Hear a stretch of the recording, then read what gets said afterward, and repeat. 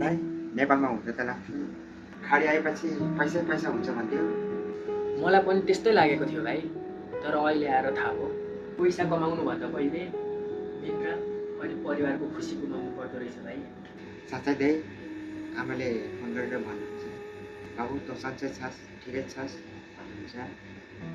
अनि भाइ हामी के भन्छौँ त? म ठिक छु भन्छु नि दाइ।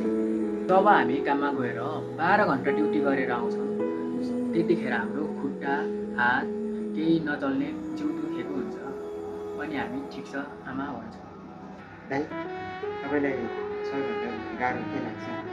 भाइ तलब आउँदा खुसी लाग्छ, तर त्यही तलब घरमा पठाउँदा महिनाभरि फेरि अर्को काम गर्नुपर्छ। अनि गाउँको मान्छेले त भन्छन् खाडी गएकोहरू त पैसा पैसा कमाउँछन् भन्छन्। उनीहरूलाई कहाँ थाहा छ यहाँ पसिनाको हिसाबमा तलब आउँछ, समयको हिसाबले होइन नि। जे भए पनि दाइ घरमा बुवा आमा खुसी हो भने हाम्रो पनि यही जित। त्यही खुसी पार्नुको लागि त हामी भोलि बिहानै उठेर फेरि काममा जान्छौँ।